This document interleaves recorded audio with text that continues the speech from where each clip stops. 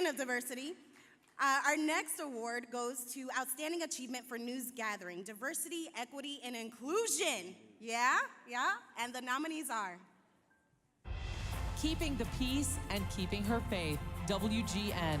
Tracing Your Roots, WTMJ.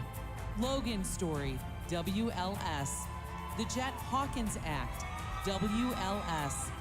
New COVID Surge, Same Disparities, WBBM. wonderful. Let's see what we got here. And the Emmy goes to Logan Story, WLS. Trans kids are just like any other kids. So there's going to be some youth that are going to have problems with depression, with anxiety, dealing with the pandemic, right? You know, those are stressors that all youth have to cope with. So the trans youth that we see in our program, they're coping with all those things, as well as any types of stressors related to questioning their identity, to trying to access and move forward with medical care, to living authentically, as well as dealing with more structural sort of discrimination when we sort of think about all the laws that are being attempted to be passed, I think, at different states around the US. Our youth feel that weight on their shoulders. Wow, I'm very excited to be here.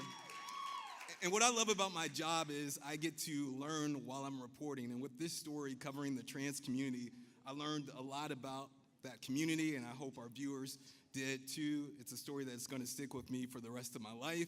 And it was such a pleasure partnering with Justin Allen.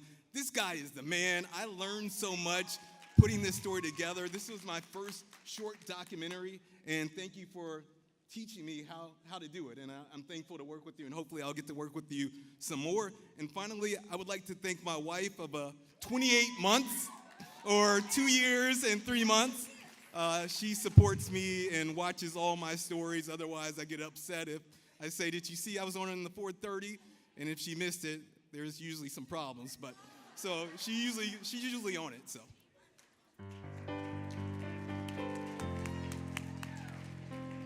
Just give me